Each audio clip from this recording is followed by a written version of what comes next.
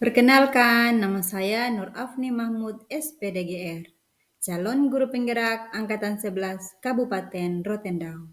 Video ini berisi mengenai aksi nyata 1.4 Budaya Positif.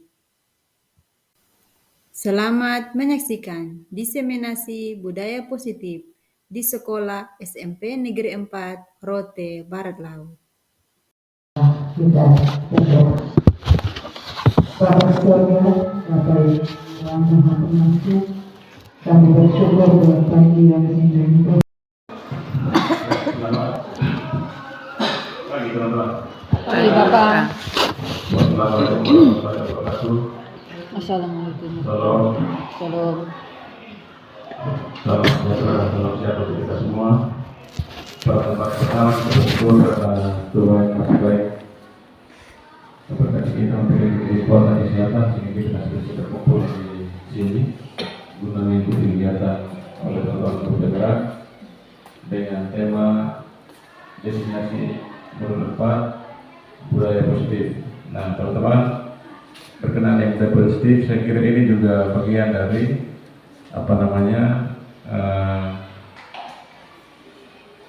dalam kerja yang ada di PPM kita. Ada satu sub itu namanya budaya positif, diantaranya ya saling beri sapa salam kepada setiap teman, anak-anak yang kita temui saat kita datang maupun kita pulang.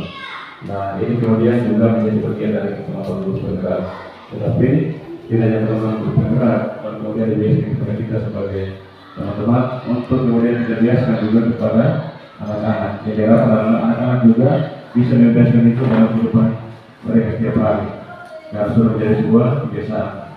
Sehingga dimanapun, kapanpun kita selalu berlaku positif terhadap diri kita, terhadap teman-teman, terhadap lingkungan, alam.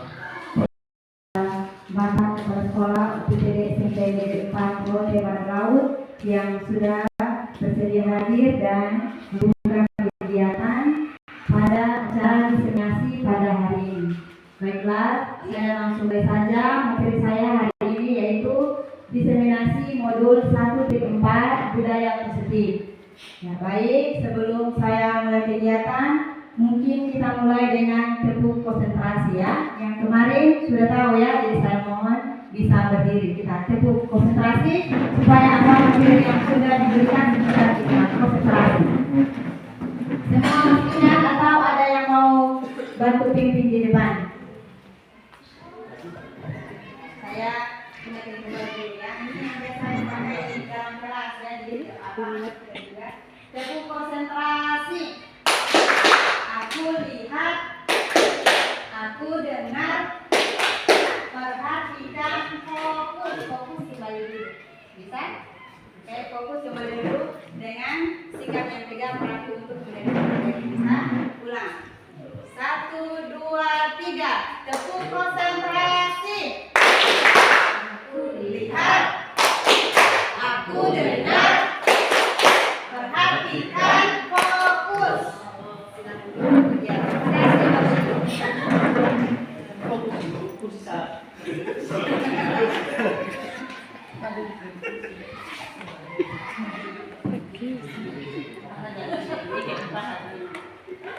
Ya, baik, sama-sama kita lihat tujuan pendidikan ya. Jadi tujuan pendidikan menurut Ki Hajar Dewantara adalah menuntun segala kodrat yang ada pada anak agar mereka dapat mencapai keselamatan dan kebahagiaan yang setinggi-tingginya, baik sebagai manusia maupun sebagai anggota masyarakat. Oleh sebab itu, pendidikan hanya dapat menuntun tumbuh atau hidupnya kodrat yang ada pada anak-anak agar dapat memperbaiki lambungnya atau bukan dasarnya. Jadi itu tujuan pendidikan menurut Ki Hajar Dewantara ya. Nah, kita masuk ke budaya positif. Apa sih itu budaya positif? Jadi budaya positif di sekolah yaitu nilai dan kebiasaan kita di sekolah yang berpihak pada murid agar mereka dapat berkembang menjadi pribadi yang penuh hormat dan bertanggung jawab sesuai dengan profil pelajar Pancasila. Jadi itu materi pengantar untuk budaya positif. konsep utama untuk budaya positif ini ada 7 kegiatan ya, atau 7 materi yang harus kita ketahui. Yang pertama ada perubahan paradigma belajar, yang kedua disiplin positif, yang ketiga kebutuhan dasar manusia, yang keempat motivasi perilaku manusia, kemudian restitusi atau posisi kontrol, yang keenam keyakinan kelas, dan yang terakhir segitiga restitusi. Ya baik, sekarang kita akan mencoba permainan cobalah buka. Bisa? Permainannya berjudul cobalah buka. Sekarang masing-masing berpasangan ya. Semuanya ada pasangan? Ya, berpasangan ya. Karena setelah ini nanti ada pertanyaan. Ya. Om Heri pasangannya siapa? Ya. Ya. Ibu Ike dengan Pak Kis, Ibu Desi dengan Pak Yus, Ibu Desi dengan Pak Yus. Ya. Ibu Desi dengan Ibu Rita, Ibu Eva dengan Ibu Nek ya, pas ya. Oke, sekarang lihat instruksi yang ada di depan. Jadi ada orang A dan orang B. Nah, kemudian silakan orang B mengambil salah satu barang yang berharga, yang menurutnya berharga, simpan di dalam tangan, kemudian kepalkan sekuat tenaga. Sudah? Silakan ambil barang yang berharga. Terserah barang berharga menurut Bapak Ibu apa yang berharga. Sudah? Yang bisa digenggam. Oke, semua sudah? Ya, kalau sudah, silakan orang yang di sebelahnya orang B berusaha membuka apa yang dikepal oleh orang A. Diberikan waktu 1 menit.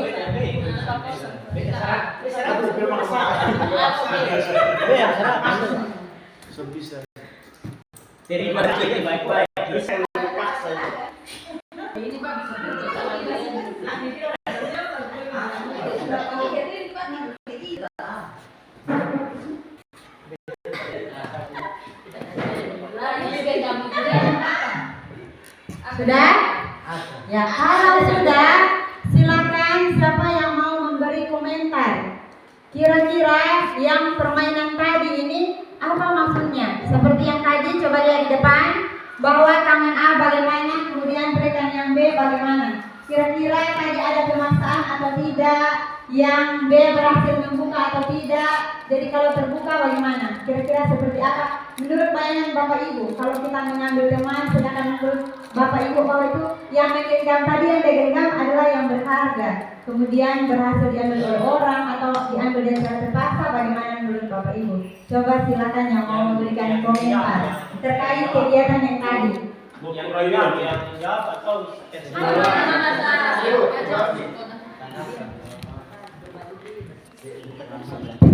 Tulis nama kabar bawah.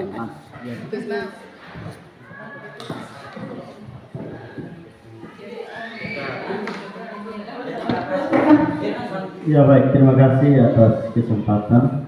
Ya, mengenai para berharga, saya yang menggenggam dan yang membuka adalah Ibu Melda. Awalnya saya mengambil belpoin dari Ibu Melda, kemudian saya menggenggam dengan Dia pemarah atau apa segala ya, kan tiap orang berhak menilai orang yang lain. Jadi kita punya pandangan yang berbeda terhadap orang lain. Misalkan yang ada 4 orang yang duduk di kursi sebelah sana, tentunya berbeda ya, berbeda. Dia punya pandangan dengan pandangan saya. Lanjut ya. Kemudian kita mencoba mengubah orang agar berpandangan sama dengan kita. Padahal kita berusaha memahami pandangan orang lain tentang dunia ya.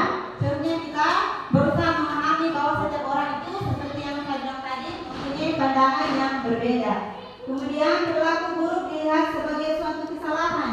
Jadi jangan sekali-sekali kita melihat perilaku buruk orang lain itu adalah kesalahan. Karena semua perilaku itu mempunyai tujuan. Misalkan contoh, saya contohkan di sini Pak Heri. Misalkan Pak Heri tadi datang terlambat, jadi kita anggap Pak Heri pemalas. Tetapi mungkin dia ada tujuan.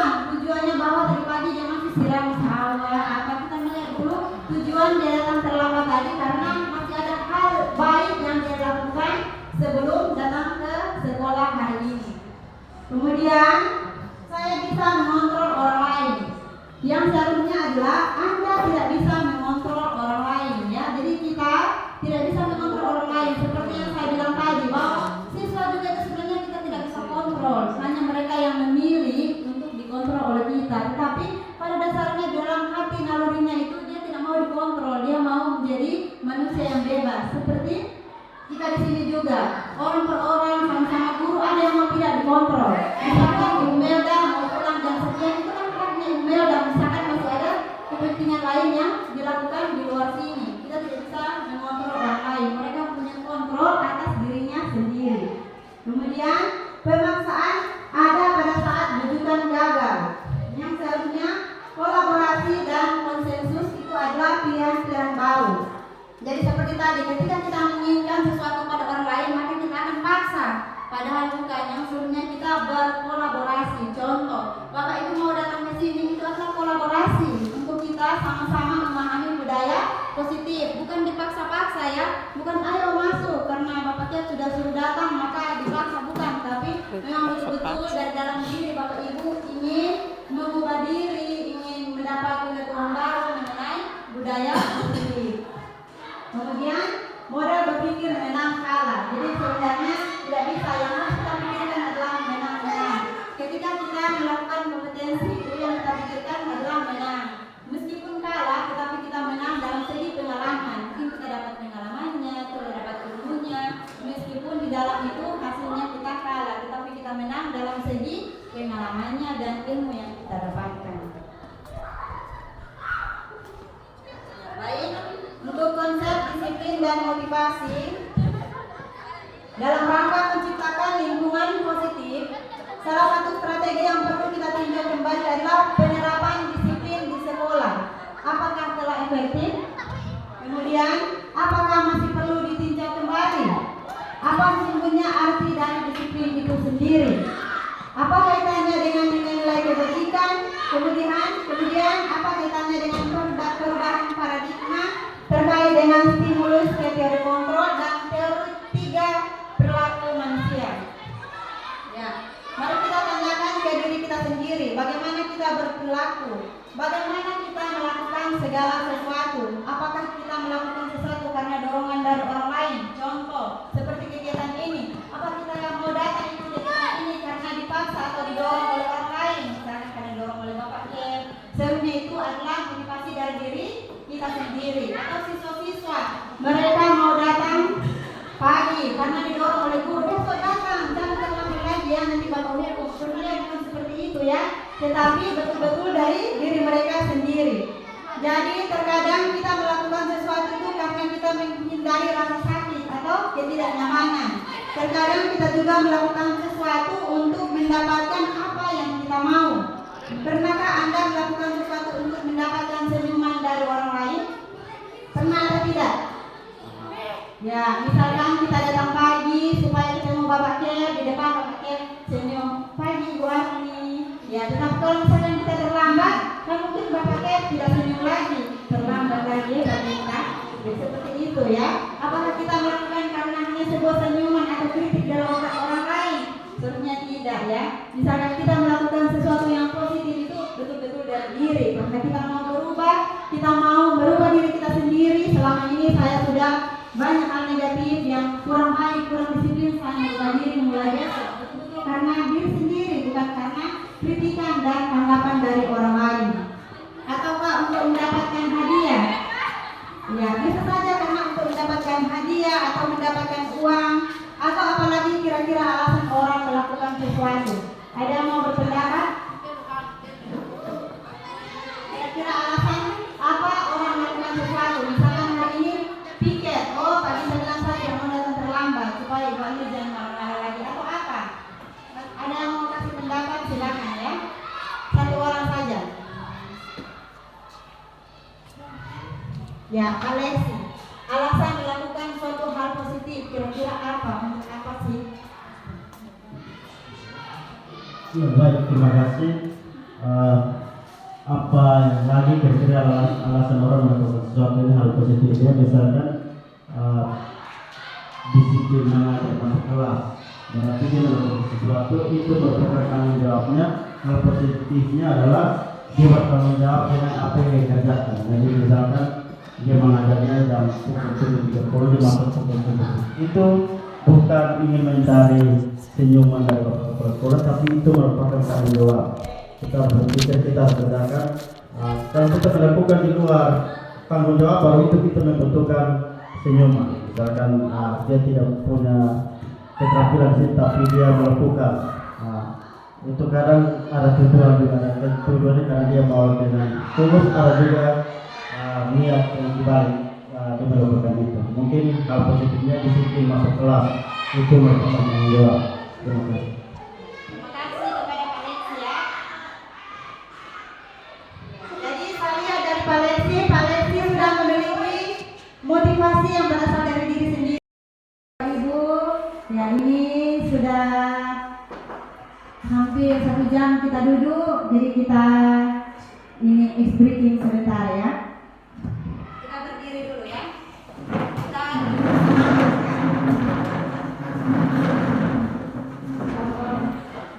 bersama dengan aktivitas versi lain ya. Kita perhatikan ya. Kalau kita bilang Bapak Ibu goyang ke kanan ya. Contoh. Tepuk semangat, tapi kita pakai begini, pakai aha-aha ya. Contoh. Tepuk semangat, aha-aha, ma, aha-aha,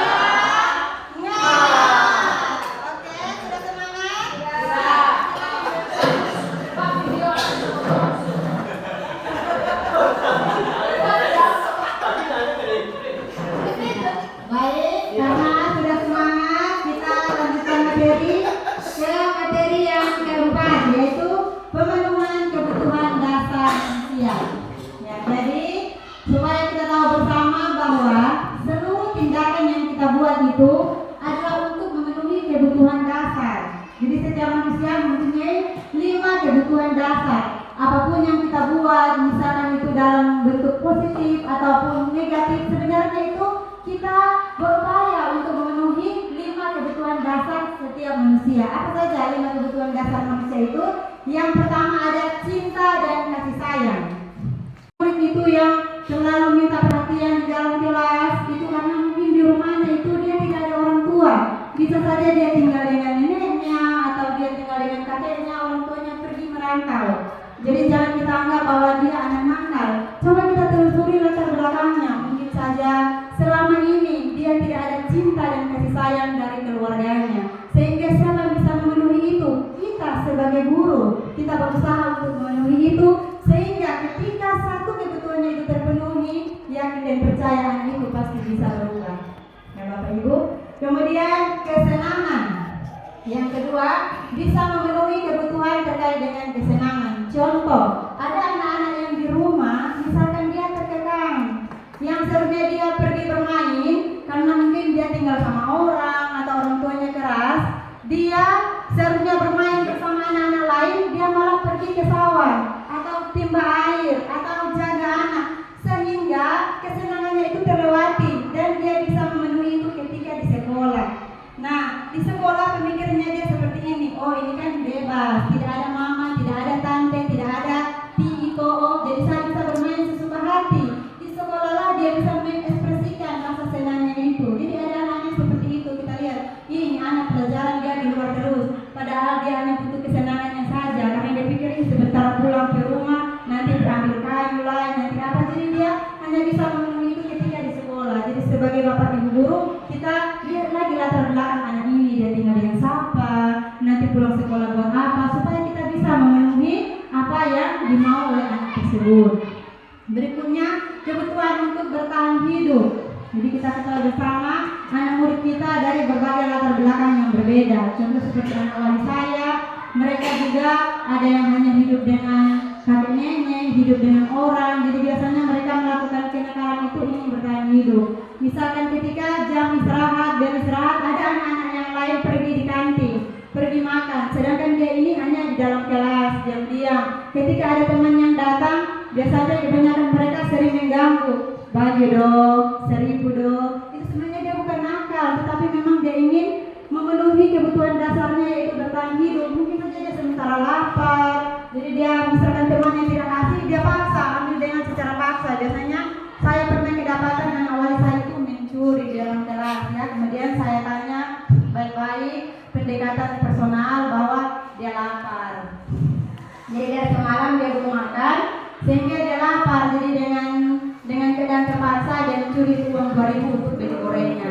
Jadi saya sudah nasihati supaya lain kali itu dibilang secara baik. Jadi kalau bukan kepada ibu, kepada teman itu, dan temannya tersebut sudah belum makan seharian.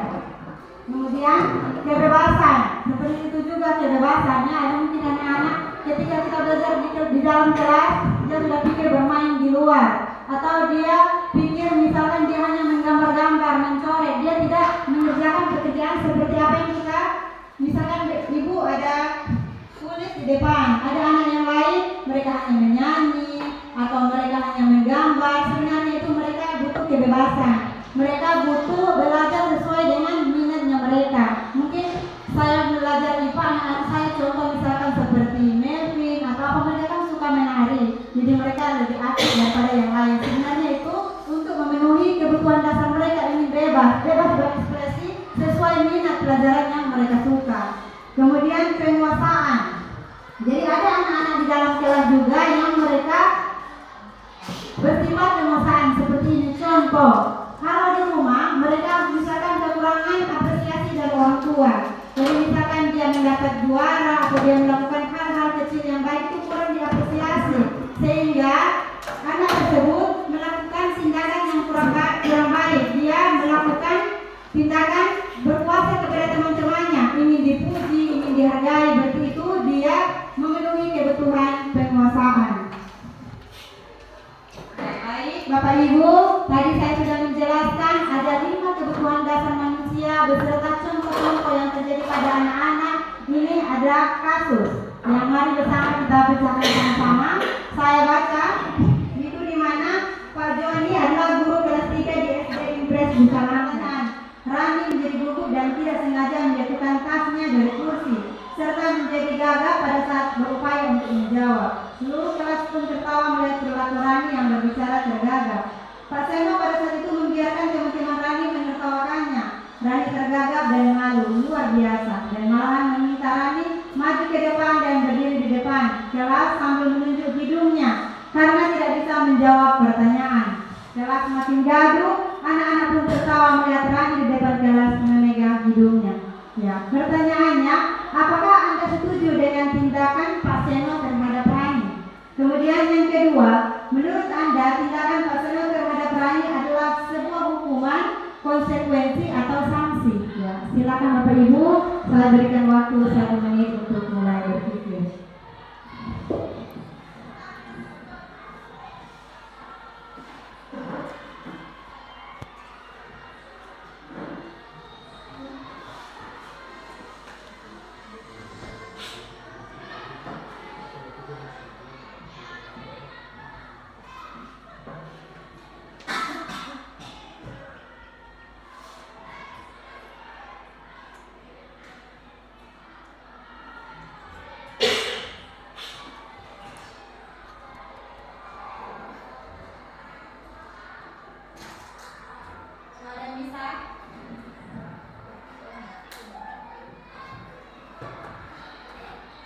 Baik, ada Ibu Eva, dipersilakan.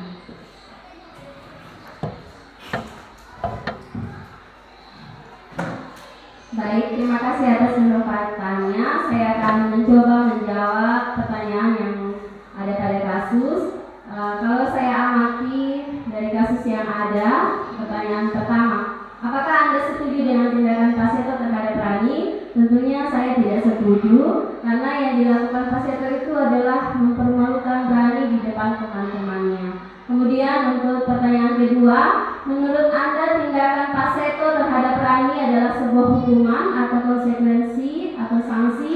Kalau menurut saya ini adalah sebuah hukuman Ibu, karena Pak Seto tujuannya adalah mempermalukan Rani di depan umum, karena Pak Seto juga meminta Rani untuk maju berdiri ke depan menunjuk hidungnya karena tidak bisa menjawab pertanyaan. Seharusnya Pak Seno menjelaskan pada Rani apa yang salah yang dia lakukan, tapi Pak Seto mungkin bisa memberikan sedikit restitusi kepada Rani, memanggilnya ke ruangan, kemudian menjelaskan kepada Rani bahwa Rani, kenapa tadi kamu tidak memperhatikan apa yang Pak jelaskan? Dia harus mempermalukan Rani di depan umum. Kalau itu sudah merupakan suatu hukuman dan seharusnya itu tidak hindari sebagai seorang guru. Terima kasih Ibu.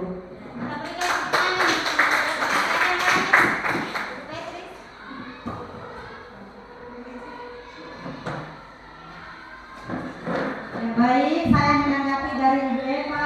Ya, betul sekali. Apakah Anda setuju dengan tindakan Pak Seno? Ini semua setuju atau tidak? Ya, tidak. Tadi alasannya Ibu Eva itu tidak baik ya, karena nanti akan mempermalukan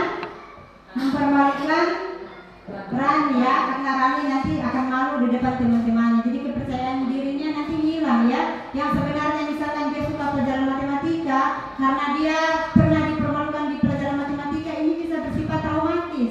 Bisa saja matematika ini dia bukan hanya tidak suka di tingkat SMP, bisa saja terbawa sampai SMA, sampai kuliah. Contoh saya, kenapa saya suka pelajaran biologi, itu berawal dari guru yang saya sukai, karena dia sering memberikan apresiasi, kemudian dia menghargai tindakan kecil-kecil kami. Jadi dari situ saya suka pelajaran biologi, awalnya bukan karena pelajarannya, tapi karena gurunya. Jadi saya suka di tingkat SMP, kemudian terbawa sampai SMA, sampai kuliah, dan terakhir menjadi guru IPA yang masih ada hubungannya dengan biologi. Jadi kalau menurut saya, ketika kita menghukum anak di mata pelajarannya, kita hati-hati. Jadi kalau saya itu kebanyakan anak-anak saya yang lulus dari sini, kalau mereka kuliah saya tanya, ini yang kemarin baru-baru Maria kuliah jurusan apa? Biologi Ibu, sama dengan Ibu. Secara otomatis saya merasa bahwa pelajaran saya berhasil karena mereka sukai sampai ke bangku kuliah. Jadi anak-anak yang sudah lulus dari sini saya tidak lepas. Ketika mereka kemarin dengan saya di EBI, ada pasang-pasang baju kuliah, saya tanya kuliah apa? Biasa mereka bilang, Ibu kuliah kesehatan, sama dengan Ibu juga toh. Jadi seperti itu. Jadi kita jangan, alasannya bisa diketahui oleh nikah sendiri bahwa mungkin dia belum makan dan lain sebagainya, sehingga dia melakukan hal-hal seperti itu. Tapi dari kita, kalau misalnya kita seperti itu, Pak Joni harusnya melakukan pendekatan supaya kita mencari jalan keluar. Karena mungkin teman-teman yang lain juga merasa terganggu, sehingga mereka melaporkan hal tersebut pada guru. Tapi kita sebagai guru harusnya kita juga bisa untuk memberi cinta dan kasih sayang atau perhatian lebih kepada Ika, supaya dia bisa dengan rela menceritakan apa yang sebenarnya terjadi pada dirinya sendiri. Terima kasih.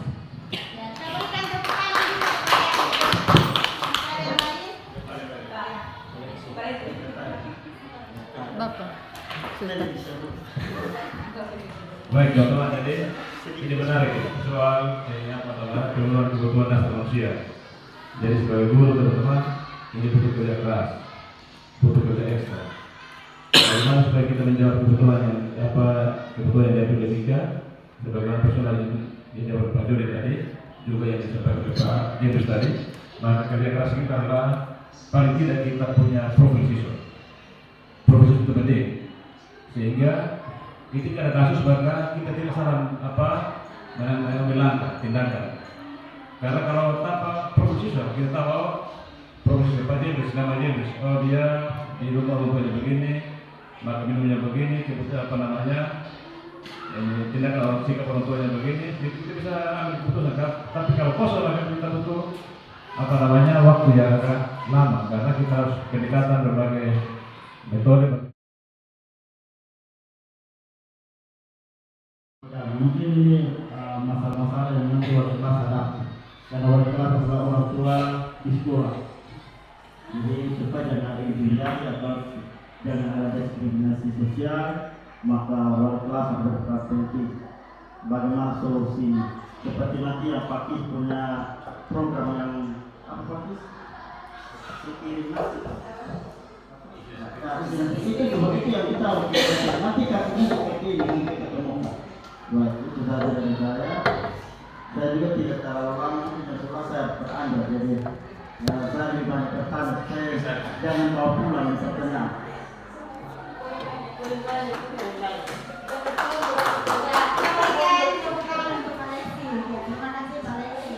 Jadi saya menanggapi dulu yang pertama tadi dari Ibu Beatrice. Jadi kalau menurut Ibu Beatrice untuk kasusnya Mika itu ada dua kebutuhan yang akan dipenuhi, yang belum terpenuhi, yaitu kebutuhan survive atau bertahan hidup dengan kebutuhan kasih sayang. Jadi itu juga benar ya. Jadi mungkin Mika melakukan ini seperti tadi untuk bertahan hidup. Mungkin saja dia lapar dan dia tidak ada uang jajan. Jadi kita tidak menjudge dia bahwa dia perlakuannya tidak baik pada teman-teman, tetapi mungkin dia ingin memenuhi kebutuhannya yaitu terkait dengan bertahan hidup. Kemudian menurut Ibu Beatrice lagi bahwa dia mungkin butuh cinta dan kasih sayang. Jadi otomatis kalau di rumah tidak ada cinta dan kasih sayang, bagaimana orang tua mempersiapkan anak makan gitu. Jadi di dalam rumah itu harus kita beri kebutuhan anak kita itu yaitu cinta dan kasih sayang dalam bentuk perhatian. Kalau mereka ke sekolah, kita buatkan bekal, kalau masih sempat buat sarapan, dan seperti itu. Kalau cinta kasih sayang, otomatis dia punya kebutuhan hidup juga sudah terpenuhi, maka di sekolah yakin yang percaya dia tidak akan berbuat seperti itu. Jadi kita lanjut yang kedua dari Bapak saya dia tidak akan berbuat seperti itu. Jadi kita lanjut yang kedua dari Bapak kepala sekolah, bahwa menurut Bapak kepala sekolah bahwa Mika dan kasus-kasus lainnya itu sebenarnya sebagai guru kita harus mengetahui profil dari murid atau latar belakang murid itu sendiri. Jadi sebagai wali kelas kita harus mengetahui ini anak tinggal di mana, kemudian orang tuanya seperti apa, pekerjaannya apa, sehingga kita tahu kenapa dia berbuat seperti ini. Pasti ada sesuatu yang melatar belakangi tujuan perbuatannya itu. Kemudian daripada Pak Lexi tadi mengatakan bahwa hampir sama juga itu berarti survive, dia bertahan hidup. Bahwa dengan cara pernah Pak Lexi menonton kasus yang sama, itu murid-murid dalam kelas mengumpulkan uang supaya anak tersebut yang tidak makan bisa makan bersama-sama dengan mereka. Jadi kalau Pak Lexi ini sudah menghubungkan dengan nilai kebajikan. Jadi selain kebutuhan dasar hidup, Pak Lexi menghubungkan dengan nilai kebajikan, yaitu tadi gotong royong atau rasa empati, peduli kepada teman-temannya. Jadi sangat bagus ya. Selain kita bisa memenuhi kebutuhan dasar melalui uang yang dikumpul tadi, bisa juga muncul sifat yang baik, nilai kebajikan tertanam kepada siswa. Mereka empati kepada teman yang melakukan hal itu. Tetapi kan kebanyakan sebaliknya, ketika ada orang yang mau mengambil, merampas, kan yang nantinya mereka bully, kan mereka lu nih pencuri, lu sumpah malu, biasanya seperti itu ya. Tetapi yang kasus yang Pak Lexi bilang itu merupakan praktik baik yang perlu kita contoh. Jadi sebagai wali kelas kita mengajarkan kepada anak-anak rasa empati itu perlu, supaya apa yang terjadi kepada siswa, kepada murid-murid teman-temannya itu mereka juga bisa merasakan hal yang sama. Ya baik, terima kasih untuk tanggapan-tanggapannya. Kita melanjutkan ke 3 motivasi perilaku manusia. Jadi ada 3 motivasi perilaku manusia. Yang pertama untuk menghindari ketidaknyamanan atau hukuman. Ya, jadi banyak ya siswa-siswa kita di sekolah biasanya mereka datang itu supaya tidak dihukum. Misalkan kalau terlambat masuk kan nanti dihukum, misalkan membersihkan kelas atau cabut rumput. Kebanyakan seperti itu ya motivasinya siswa. Kemudian yang kedua untuk mendapatkan imbalan atau penghargaan. Ya, jadi biasanya supaya kelas itu hidup kita memberikan penghargaan atau imbalan. Sebenarnya bagus juga ya untuk menimbulkan motivasi kepada siswa, tetapi tidak boleh terus menerus. Jadi yang dalam bentuk penghargaan atau imbalan itu dia bersifat seperti permen atau gula-gula. Dia bertahan lama atau tidak? Tidak, dia adalah jangka pendek seperti yang dibilang Ibu Ike ya. Bisa ditulis di situ. Ibu Ike mengatakan bahwa dia itu bersifat sebentar atau seperti permen yang tidak tahan lama. Imbalan hadiah-hadiah yang kita berikan itu hanya senang saat itu saja. Ketika kita tidak memberikan hadiah lagi, maka motivasinya akan hilang. Tetapi berbeda ketika kita menanamkan motivasi intrinsik. Kita menanamkan bahwa sehingga nanti cita-cita kamu bisa tercapai. Ketika muncul motivasi pada diri sendiri, maka kita memberikan yang namanya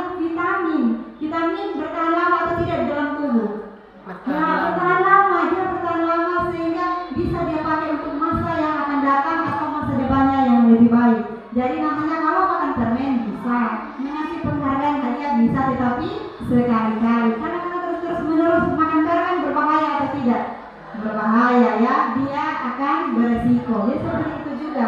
Ketika kita memberikan penghargaan atau imbalan kepada siswa, bukan tidak boleh, tetapi jangan keseringan. Sekali-sekali untuk motivasi silakan, tidak apa-apa.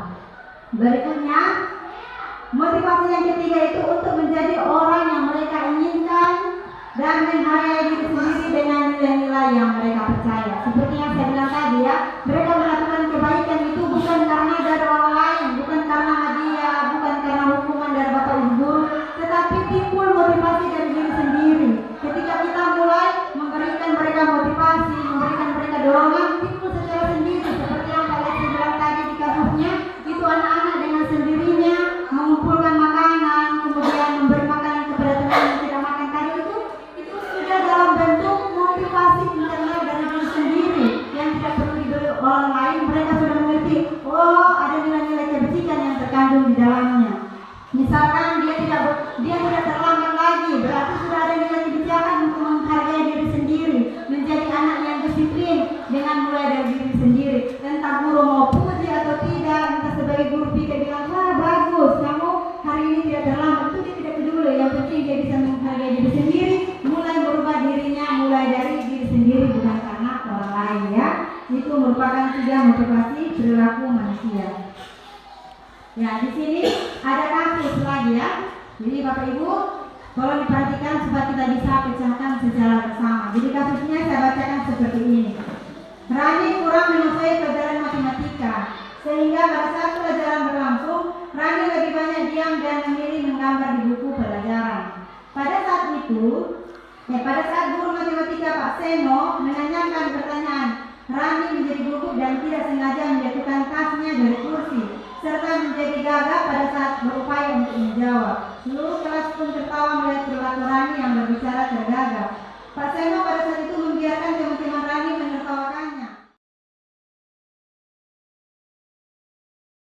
Kita jangan membuat anak itu menjadi traumatis, terutama di mata pelajaran kita. Nanti bukan hanya kita yang dia tidak suka, tetapi pelajaran itu bisa saja jadi, dulu ini saya suka pelajaran matematika, tapi saya suka yang Pak Jembris, buku kumis, apa. Jadi dia tidak suka, dendam dengan pelajaran, bukan hanya dendam dengan Pak Jembris, tapi dendam juga dengan pelajaran matematika yang sebenarnya mungkin anak ini punya kemampuan. Misalkan contoh Cesar, saya tahu dia punya kemampuan di matematika dan mereka sangat senang dengan Pak Jembris. Jadi saya harap itu bisa bertahan ya. Ini padahal pelajaran matematika ini sulit, tetapi mereka suka. Jadi saya harap itu menjadi motivasi bagi anak-anak didik kita. Kemudian, apakah yang dilakukan oleh Pak Seno ini adalah hukuman atau konsekuensi? Ya, sudah betul yang dia bilang tadi bahwa itu adalah bentuk hukuman. Hukuman itu bisa saja dalam bentuk fisik, dalam bentuk verbal atau kata-kata juga, tapi yang negatif. Contoh tadi hukuman memegang hidung kan itu adalah hukuman dalam bentuk fisik ya, dia akan merasa malu. Kemudian dalam bentuk verbal juga ya, mengata-ngatai murid di depan murid-murid yang lain, itu merupakan hukuman. Jangan berkata, oh beta sudah pukul dia mah. Tidak, biar kita tidak pukul itu anak, tetapi ketika kita mengata-ngatai dia, itu sudah dalam bentuk hukuman. Mereka akan merasa malu, merasa tidak percaya diri, merasa tidak berharga di depan teman-temannya. Ya, berikut ada pertanyaan lanjutan, apa perbedaan hukuman dan konsekuensi? Ya, silakan 1 menit dari sekarang ya. Hanya pendapat saja. Kalau ini kita tidak benar atau salah, hanya menurut saya hukuman adalah ini. Kalau konsekuensi adalah ini ya. Silakan.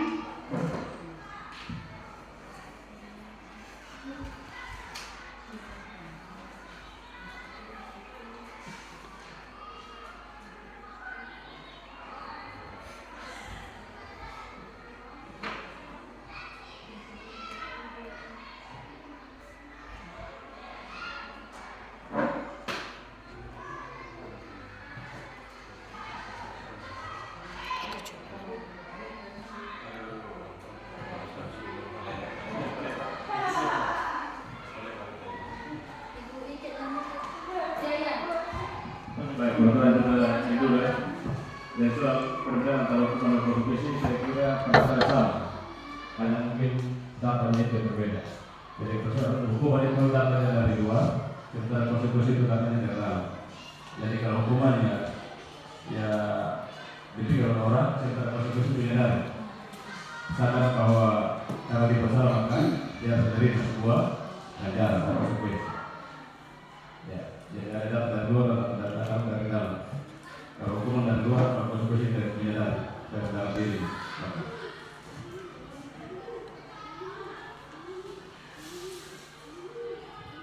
Oke, kita berikan aplaus untuk Bapak Ed yang memberikan tanggapannya terkait hukuman dan konsekuensi. Masih ada yang lain? Ya, Ibu Beatrice.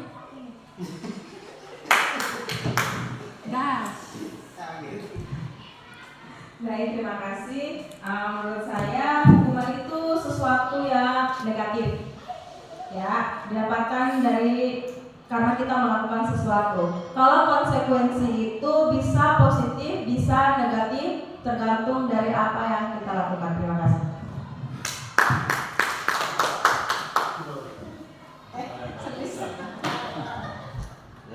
Ya, selip dia. Ya baik, ya, terima kasih. Hukuman, kalau hukuman yang saya baca di sini adalah bentuk prosedur atau tindakan yang diberikan kepada individu. Artinya tindakan yang diberikan kepada individu, sedangkan konsekuensi itu artinya hasil akibat.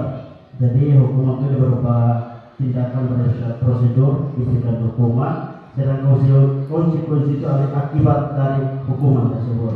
Mungkin itu saja. Jadi hukuman artinya kita memberi hukuman, kemudian ada konsekuensinya, artinya hasil. Mungkin itu saja.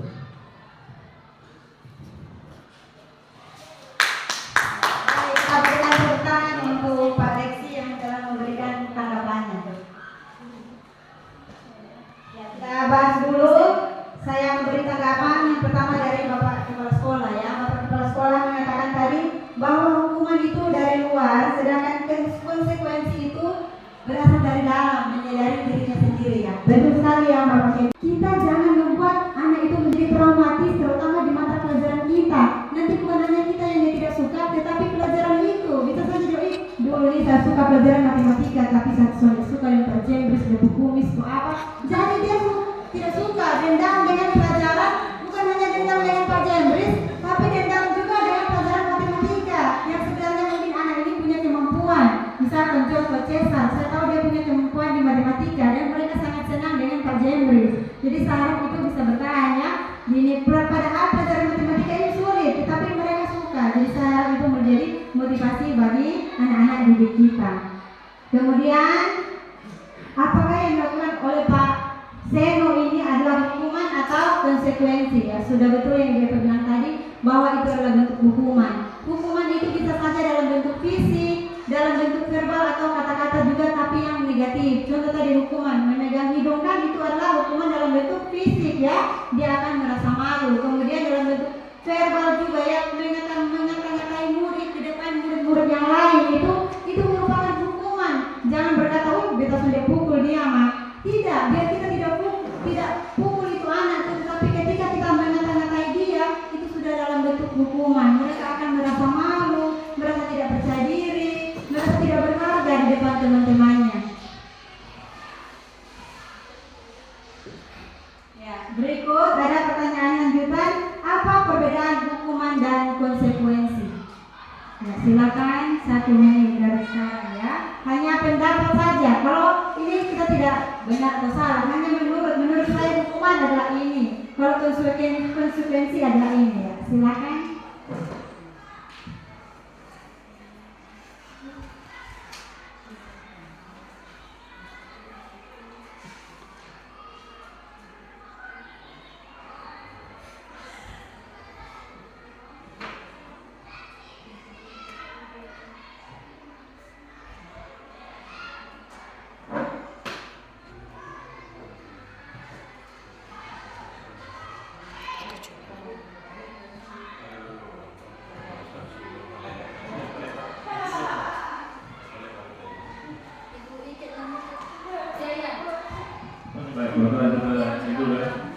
Dan soal perbedaan antara hukuman dan konsekuensi saya kira pada saat hanya mungkin datanya itu yang berbeda. Jadi hukuman itu datangnya dari luar, sementara konsekuensi itu datangnya dari dalam. Jadi kalau hukumannya ya dipikir oleh orang, sementara konsekuensi itu dari sadar bahwa kalau dia bersalah maka dia harus menerima sebuah ajaran atau konsekuensi. Ya, jadi ada dari luar dan dari dalam. Kalau hukuman dari luar, maka konsekuensi dari menyadari dari dalam diri.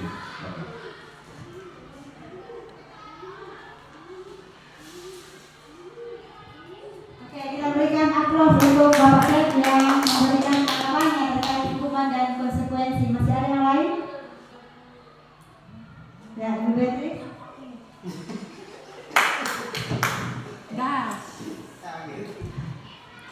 Baik, terima kasih. Menurut saya hukuman itu sesuatu yang negatif, ya, didapatkan dari karena kita melakukan sesuatu. Kalau konsekuensi itu bisa positif, bisa negatif, tergantung dari apa yang kita lakukan. Terima kasih.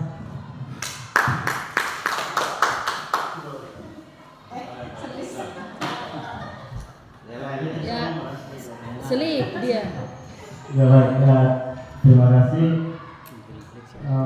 Hukuman, kalau hukuman yang saya baca di sini adalah bentuk prosedur atau tindakan yang diberikan kepada individu. Artinya tindakan yang diberikan kepada individu, sedangkan konsekuensi itu artinya hasil akibat. Jadi hukuman itu berupa tindakan berdasarkan prosedur diberikan hukuman, sedangkan konsekuensi itu adalah akibat dari hukuman tersebut. Mungkin itu saja. Jadi hukuman artinya kita memberi hukuman, kemudian ada konsekuensinya, artinya hasil. Mungkin itu saja.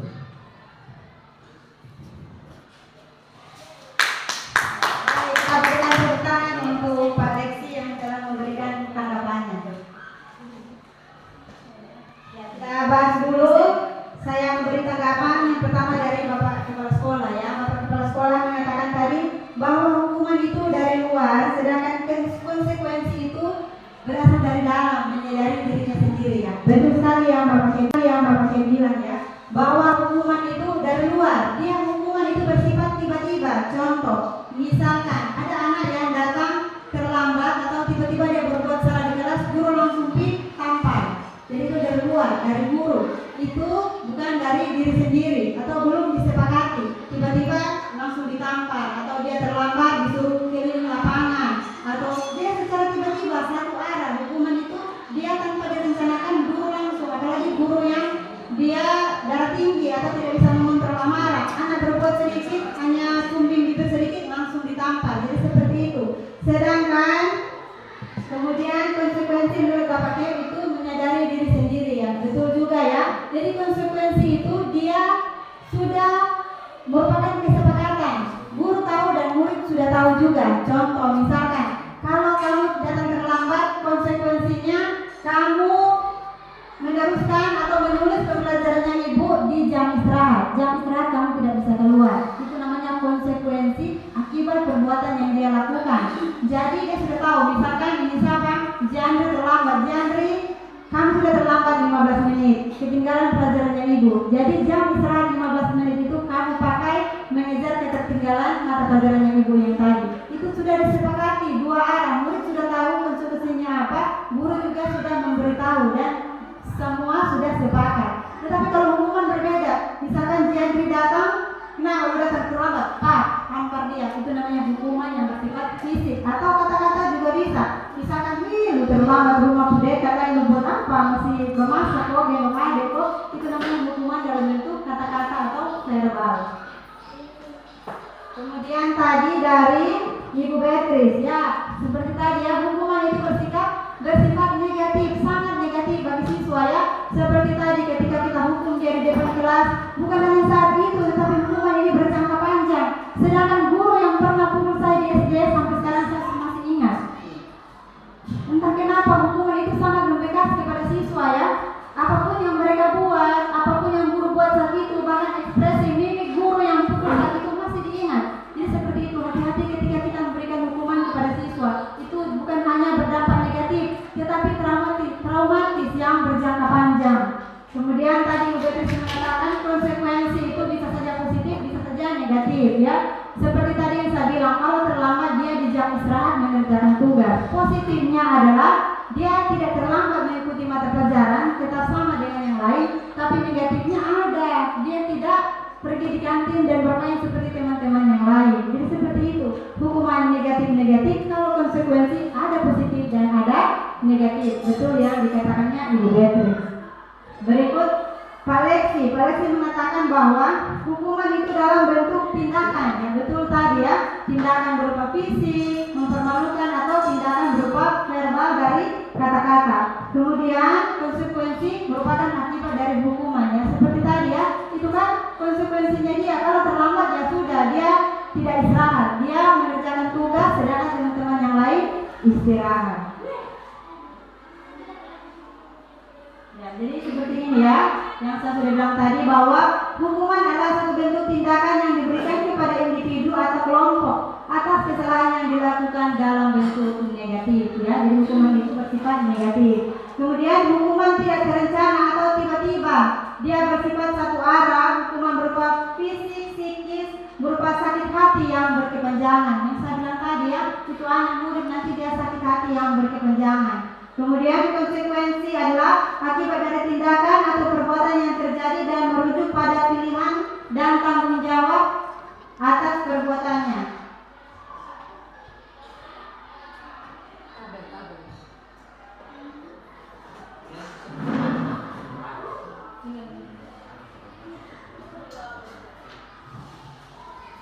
Ya, kemudian konsekuensi yang seperti saya bilang tadi, dia bersifat dua arah ya. Bersifat dua arah. Konsekuensi akibat dari tindakan atau perbuatan yang terjadi seperti yang Pak Lexi bilang tadi, dan merujuk pada pilihan dan tanggung jawab atas perbuatannya. Kemudian bersifat sudah terencana dan sudah disepakati oleh murid dan guru, tidak merasa nyaman tetapi dalam tenggang waktu yang pendek, misalkan hanya 15 menit saja ya. Mereka tidak perlu berkepanjangan. Contoh, mereka diberi konsekuensi di kelas 15 menit mereka mengerjakan tugas, apakah membuat traumatis atau tidak? Ya, tidak, itu konsekuensi. Dia terlambat materi maka dia harus menulis. Lebih baik kita buat seperti itu daripada menghukum dia. Itu akan bersifat traumatis atau sakit hati yang berkepanjangan. Ya, Bapak Ibu, ini ada 5 soal ya. Sebelum saya beralih ke Pak Jamris, ada 5 soal. Ada 1, 2, 3, 4, 5. Silakan dijawab. Lari mengelilingi lapangan basket 2 hari karena terlambat hadir ke sekolah. Hanya tulis apakah konsekuensi atau hukuman. Hanya itu. Kemudian membersihkan coretan yang ada di meja tulis. Apakah konsekuensi atau hukuman? Nomor 3, murid diminta push up 5 kali karena tidak menggunakan masker ke sekolah.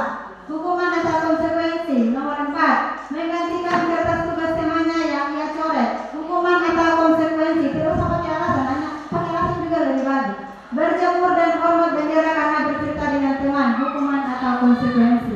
Yang sudah bisa angkat tangan ya. Kan sudah tadi sudah banyak contoh. Artinya sudah ditahu hukuman itu bagaimana, konsekuensi bagaimana. Secara otomatis ketika melihat ini kita langsung tahu, oh ini hukuman, oh ini konsekuensi. Jawab, langsung jawab. Oh ini konsekuensi, oh ini ya. Ibu Beatrice silakan.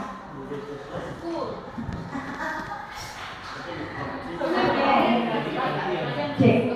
Baik, terima kasih. Menurut saya yang pertama lari dari kenyataan. Layar lari ini namanya. Itu kayaknya di konsekuensi. Kabel Pak, ganti kabel sama Pak. Pada kabel dan ganti kabel. Ada kabel. Ini merupakan konsekuensi Ibu Beatrice karena konsekuensi dari ya.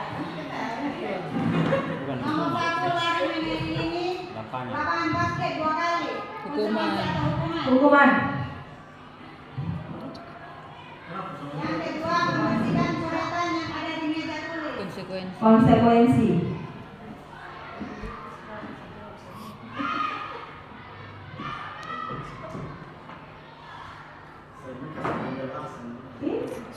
Yang ketiga, murid diminta push up 5 kali. Hukuman. nanti Pak Lexi bagian penjelasan. Keempat, mengganti kertas tugas dengan meja coret. Konsekuensi. Konsekuensi. Nanti Pak Alex jelaskan. Hukuman. Penjelasannya bisa dari Pak Lexi. Pelajaran Pak Alex.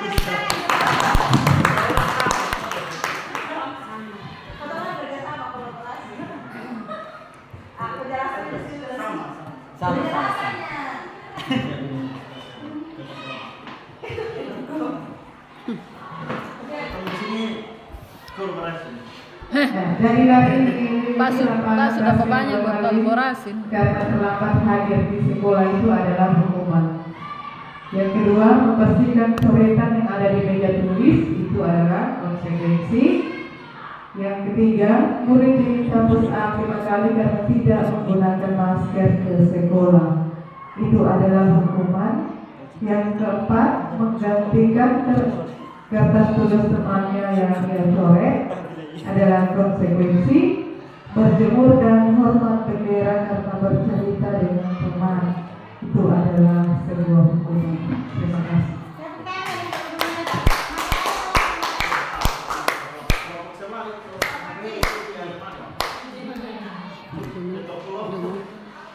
Baik, terima kasih atas jawaban dari Ibu Petris dengan Ibu Melda tadi ya.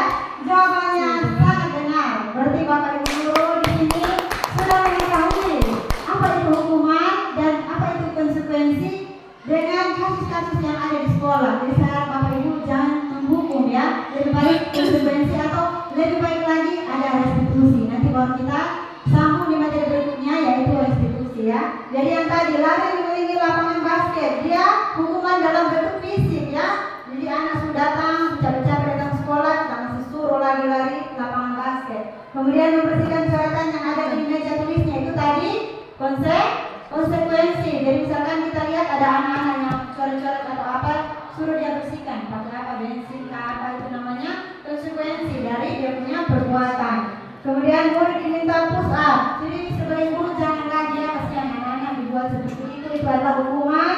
Kemudian menggantikan kertas tugas temanya yang dia coret tadi itu apa? Ya, konsekuensi. Ya, kalau dia mencoret-coret tugas temanya, dia bisa mengganti kembali. Konsekuensi tanggung jawab kamu suruh buat begitu ya, tetapi dengan secara baik-baik. Kemudian berjemur dan hormat bendera. Saya rasa di sini itu tidak pernah ada ya. Kita sebagai guru mungkin dulu pernah, tapi sekarang saya lihat beberapa tahun ini itu tidak pernah ada guru yang ketika murid berbuat tidak baik dalam kelas kemudian mereka dijemur di tiang bendera. Saya rasa di sekolah ini sudah tidak pernah berbuat seperti itu ya. Karena itu hukuman yang tidak baik, bisa saja membuat siswa pingsan.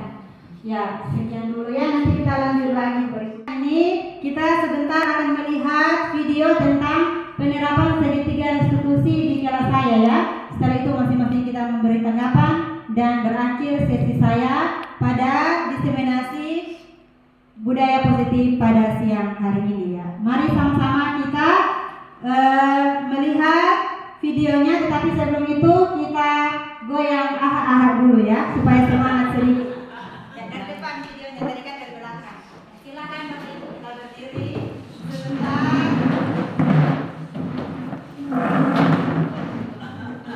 Begini dulu kalau goyangnya supaya sama-sama. 1, 2, 3. Set. Ahak, ahak. Ma. Ahak, ahak. Semangat. Satu kali lagi belum semangat tadi ya. Coba ulang. 1, 2, 3. Set. Ahak, ahak. Ma. Ahak, ahak.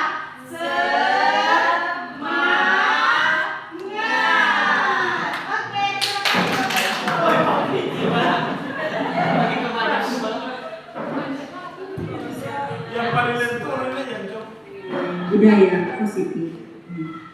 Yang membimbing kami adalah fasilitator Bapak Yati Jarota dan pengajar praktik kami Ibu Margarita Boyman. Apa itu restitusi? Restitusi adalah proses menciptakan kondisi bagi peserta didik untuk memperbaiki kesalahan yang telah mereka perbuat sehingga mereka bisa kembali kepada kelompok mereka dengan karakter yang lebih baik. Ada 3 tahapan segitiga restitusi. Yang pertama yaitu menstabilkan identitas, Kemudian yang kedua yaitu validasi tindakan yang salah. Dan yang ketiga yaitu menanyakan keyakinan. Berikut adalah skenario kasus yang saya tangani. Saya adalah wali kelas 8C di sekolah UPTD SMP Negeri 4 Rote Barkalu. Pada suatu hari saat saya sedang melakukan pertemuan di kelas saya dengan anak-anak terkait dengan tugas saya sebagai wali kelas. Kemudian setelah itu ada sekitar 5 orang anak melaporkan kepada saya terkait dengan perbuatan salah satu murid yang bernama Cesar Ndolo. Jadi Cesar Ndolo ini melakukan perbuatan tidak baik di kelas, yaitu beberapa kali berkata kasar dan berkata kotor kepada kelima orang teman sekelasnya tersebut. Sehingga saya sebagai wali kelas menyelesaikan permasalahan tersebut menggunakan segitiga restitusi. Tahap yang pertama dari segitiga restitusi yaitu menstabilkan identitas. Di mana menstabilkan identitas ini adalah membuat kesalahan adalah bagian dari proses pembelajaran. Itu adalah prinsip dalam menstabilkan identitas. Jadi ilustrasi percakapannya sebagai berikut. Sebagai ibu guru, halo Cesar, selamat pagi. Kemudian Cesar menjawab, selamat pagi ibu. Bagaimana kabarmu hari ini? Sehat? Cesar menjawab, sehat ibu. Ibu dengar-dengar dari teman-teman kamu sering berkata kasar dan berkata kotor pada beberapa teman. Betul atau tidak? Cesar menjawab, betul ibu. Ya baik, ibu panggil ke sini, ibu bukan marah, tetapi ingin mencari solusi dari permasalahan ini. Ya, kita masuk ke tahap yang kedua yaitu validasi tindakan yang salah. Di mana pada bagian ini prinsip yang dipakai adalah setiap perilaku itu berupaya untuk memenuhi suatu kebutuhan dasar tertentu. Untuk kasus Cesar ini, Cesar berusaha memenuhi kebutuhan dasar yaitu untuk kesenangan. Ya, baik Bapak Ibu, terima kasih. Yang tadi itu adalah video segitiga restitusi.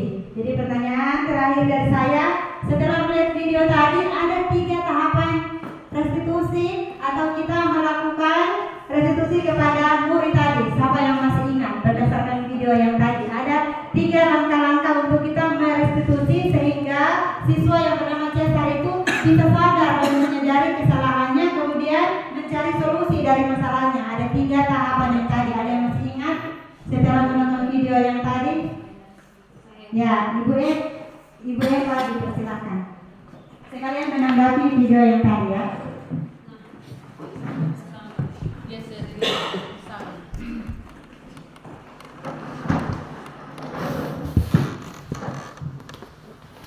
Baik, terima kasih. Setelah saya mencermati video yang ada 3 tahapan restitusi yang terlihat. Yang pertama, menstabilkan identitas. Kemudian yang kedua, validasi tindakan yang salah. Yang ketiga, menanyakan kembali keyakinan. Kelas. Yang saya amati video segitiga restitusi yang dibuat oleh Ibu Afni ini sangat bagus sekali, seperti yang sudah dijelaskan oleh Ibu Afni bahwa di tahap menstabilkan identitas itu sudah terlihat. Ibu Afni menyatakan terlihat dari kalimat tidak apa-apa, semua orang pernah berbuat salah. Kemudian yang kedua ya,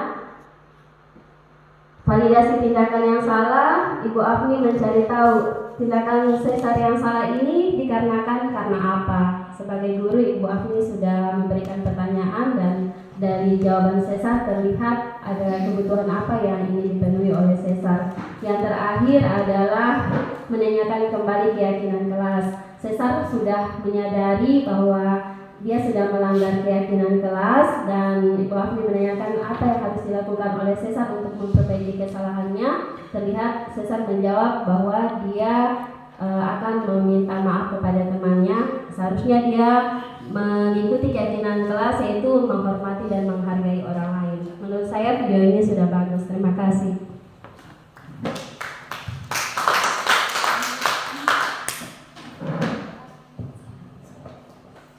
terima kasih. Saya memberikan tanggapan dari Ibu Eva. Sudah betul sekali ya, berarti tadi Ibu Eva memperhatikan videonya dengan saksama. Jadi ini ada 3 tahapan restitusi ya. Tadi kan ada hukuman, konsekuensi, dan restitusi. Jadi sebaiknya kepada murid kita melakukan restitusi, bukan sebagai penghukum, tetapi kita bertindak sebagai manajer untuk membuat kesadaran secara intrinsik dari dalam diri, dan siswa mengakui bahwa dia salah, kemudian memperbaiki kesalahannya melalui 3 tahapan tadi. Yang pertama, kita menstabilkan identitas. Jadi ketika ada siswa berbuat salah, jangan kita panggil kemudian marah-marah, lu bangsat, kenapa lu buat begitu? Jangan ya, kita stabilkan identitas dulu. Tanya, halo, kita sapa dengan ramah. Ketika mereka merasa bahwa kita ini tidak marah, kita menerima mereka, mereka baru terbuka kepada kita. Tapi kalau kita marah-marah, mereka juga, kenapa buat begitu? Dia pasti diam saja, tidak akan menjelaskan kenapa dia buat seperti itu. Tetapi ketika kita stabilkan identitas, kita tanya baik-baik, kita hargai dia, tidak apa-apa, semua orang pernah berbuat salah, kecuali kita tidak pernah kecil, kita juga bersekolah, bahkan berbuat lebih dari yang itu. Jangan ketika siswa berbuat satu kesalahan, kita menjustis mereka bahwa dia ini pembuat onar dalam segala-galanya. Jangan, itu hanya sebagian kecil dari kesalahan. Dia masih ada kesempatan untuk bangkit lagi merubah dirinya. Kemudian yang kedua, pada tahap validasi tindakan yang salah. Kita tanya dulu, apakah yang kamu lakukan baik atau tidak? Kan tadi dia bilang tidak baik. Setelah itu kalau dia sudah sadar, kira-kira kebutuhan dasar, kita kaitkan lagi dengan kebutuhan dasar murid. Kebutuhan dasar apa yang ingin dia penuhi? Kalau Cesar tadi, dia hanya merasa senang ketika ada ini temannya yang dia maki, kemudian mereka rasa pusing, dia senang di situ. Ibu main gila saja, sudah betul-betul dia hanya main gila, dia rasa senang. Jadi dia memenuhi kebutuhan dasarnya sebagai rasa senang, tetapi dengan sikap yang salah. Mungkin bisa dilakukan dengan cara yang lain. Kemudian yang terakhir yaitu yang tadi menanyakan keyakinan, seperti yang Ibu Eva bilang tadi, kita kembali lagi ke keyakinan kelas yang kita sudah sepakati bersama dengan murid. Kita tanya kembali, kira-kira kesepakatan kelas yang mana yang Cesar sudah langgar? Dia bilang tadi bahwa saat itu dia tidak menghargai dan tidak saling menghormati. Jadi untuk itu dia menebus kesalahannya dengan apa? Dengan cara berjanji tidak akan mengulangi perbuatannya karena dia rasa itu salah, dan kemudian dia akan minta maaf kepada orang-orang yang dia sakiti tersebut. Jadi bukan kita sebagai guru yang menuntut, lu minta maaf sana, bukan, tetapi memang betul-betul dari dalam dirinya dia merasa itu salah dan dia berupaya untuk memperbaiki kesalahannya. Ya baik, hari ini sampai di sini dulu penyampaian saya mengenai budaya positif. Untuk kehadiran Bapak Ibu semua saya ucapkan banyak terima kasih, sekian dan terima kasih.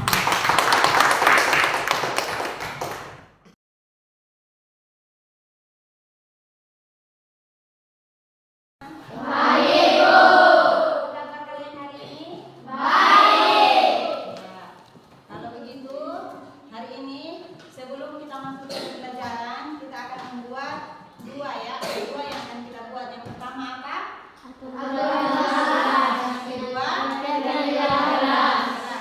selama ini sudah pernah buat keyakinan kelas? Sudah ya, tetapi hanya Ibu yang buat waktu lalu ya? Yang membuat. Hari ini kita akan buat sama-sama, bukan Ibu yang buat, tetapi kalian yang buat, sepakati sendiri peraturan kelasnya apa, kemudian keyakinan kelasnya apa. Kita sebentar akan maju ya. Kalian maju per kelompok, per orang untuk tulis dari aturan dulu ya. Misalkan tidak boleh apa di kelas, kalian sendiri yang tentukan. Kemudian nanti keyakinan, nilai-nilai kebajikan apa. Misalkan yang tadi, saling apa tadi yang bilang? Saling menghormati, saling apa ya? Menghargai. Tulis di kertas, tempelkan di depan.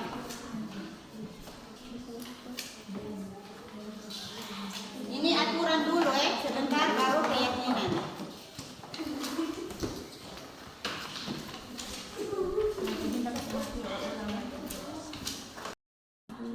Ya, silakan tulis aturan kelas menurut kalian apa yang akan dibuat aturannya. Tidak apa, dari hati dan pikiran kalian sendiri. Bukan, belum keyakinan, masih aturan. Yang ada kata-kata tidak di depan. Nilai-nilai kebajikan itu yang saling menghormati, menghargai nanti di keyakinan kelas.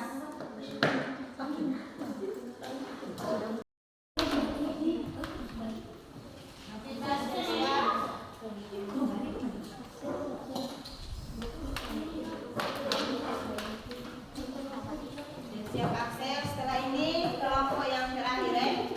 Sudah semua tak? Sudah, Bu.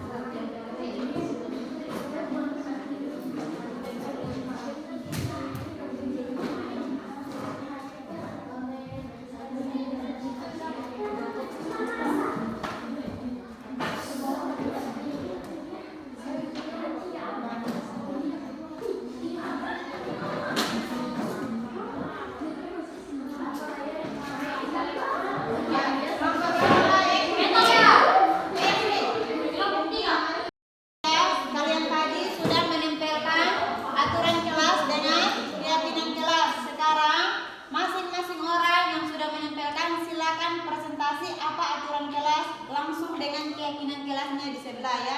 Silakan sesuai dengan nama yang kalian tempelkan. Tidak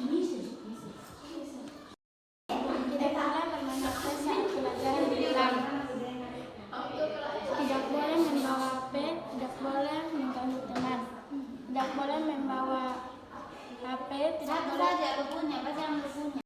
Pertanyaan diberikan kepada saya di sini, saya akan mempresentasikan tulisan. Aturan kelas, tidak boleh melapor, tidak boleh mengganggu teman. Keyakinan kelas, saling menghargai dan saling menghormati. Dulu, saya akan mempresentasikan aturan kelas. Tidak boleh membawa HP, tidak boleh memaki, 3 tidak boleh makan dalam kelas, 4 tidak boleh mengganggu teman, 5 tidak boleh ribut di kelas. Keyakinan kelas, saling menghormati guru, aktif dalam pembelajaran, kelas harus bersih sebelum belajar. Sekian dan terima kasih. Aturan kelas, tidak boleh membawa HP, tidak boleh memaki, tidak boleh makan di dalam kelas, tidak boleh mengganggu teman. Keyakinan kelas, menghormati guru, sopan dan santun, aktif dalam pembelajaran, harus rapi dan dalam kelas. Karena semua hampir sama ya. Jadi terima kasih kalian sudah menulis aturan dan keyakinan kelas. Sebentar, setelah kita sepakati kalian akan tanda tangan. Maju ke orang berarti mulai besok berlaku ini aturan ya. Karena bukan hanya dari ibu, kalian juga sepakat ya. Jadi yang pertama ibu lihat tidak boleh bawa HP. Setuju? Setuju. Berikut, tidak boleh mengganggu teman. Setuju. Yang berikutnya, 3 tidak boleh bicara kotor. Setuju. Tidak boleh bicara kotor atau memaki di dalam kelas. Setuju. Berikutnya, tidak boleh pacaran.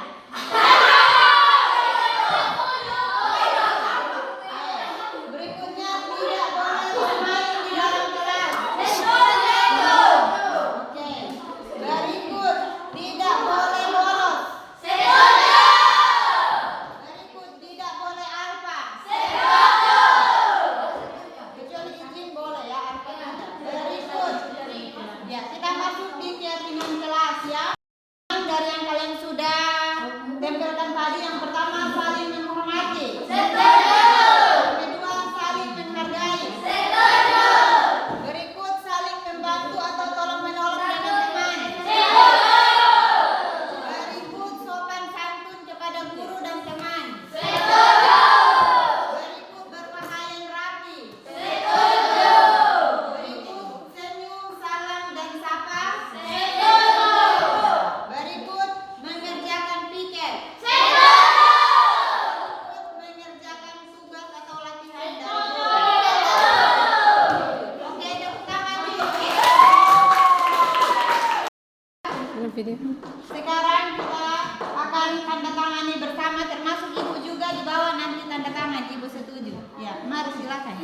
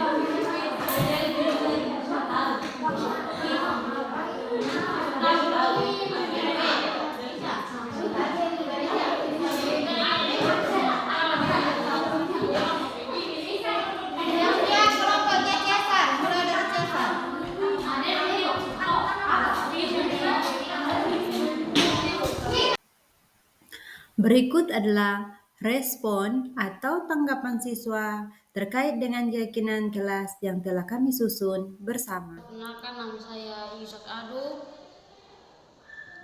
dari kelas 8C. Ya, Yusak, bagaimana perasaan kamu membuat keyakinan kelas kemarin? Saya sangat senang membuat keyakinan kelas. Ya, oke, baik. Saya dari kelas 8C. Nama Deren Ranggili. Ya, Deren, bagaimana perasaan kamu membuat keyakinan kelas kemarin? Saya sangat gembira karena kemarin saya sudah membuat keyakinan kelas. Oke, baik. Keisha, berikut. Halo, perkenalkan nama saya Keisha Novriani Seli, saya dari kelas 8C. Ya, bagaimana perasaan kamu kemarin membuat keyakinan kelas? Saya suka karena saya sudah membuat keyakinan kelas. Ya, oke, baik. Halo, nama saya Jelita Najwa Modok, saya dari 8C. Bagaimana perasaan Jelita membuat keyakinan kelas? Saya bisa melakukan keyakinan kelas dengan baik. Ya, oke. Halo, perkenalkan nama saya Jelita Najwa Modok, saya dari 8C. Ya, menurut Jelita, pembuatan keyakinan kelas penting atau tidak? Penting. Ya. Halo, selamat pagi. Perkenalkan nama saya Keisha Novriani Seli, saya dari kelas 8C. Ya, menurut Keisha, pembuatan keyakinan kelas penting atau tidak? Sangat penting. Ya. Halo, perkenalkan nama saya Deren Ranggili, saya dari kelas 8C. Ya, menurut Deren, pembuatan keyakinan kelas penting atau tidak? Bagus untuk aturan kelas. Perkenalkan, nama saya Yusak Adu, saya dari 8C. Ya, bagaimana menurut Yusak, ini pembuatan keyakinan kelas penting atau tidak?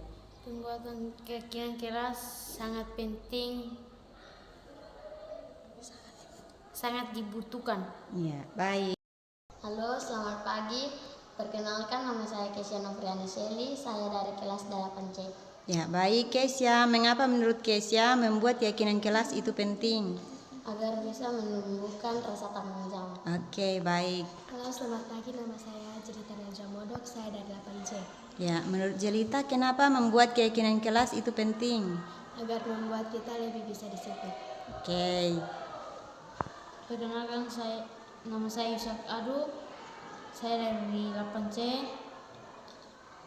Ya, menurut Yusak, mengapa membuat keyakinan kelas itu penting? Untuk menghargai orang lain. Ya, oke.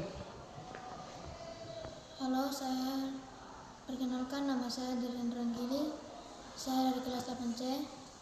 Ya, menurut Deren, mengapa membuat keyakinan kelas itu penting? Untuk membuat kita lebih baik. Ya, oke. Berikut adalah refleksi terkait budaya positif yang telah saya terapkan di SMP Negeri 4, Rote, Barat Laut. Pelaksanaan diseminasi atau penyebaran pemahaman kepada kepala sekolah dan guru di UPTD SMP Negeri 4 Rote Barat Laut berlangsung pada hari Jumat tanggal 16 Agustus 2024 dan dihadiri oleh kepala sekolah dan 20 orang rekan guru.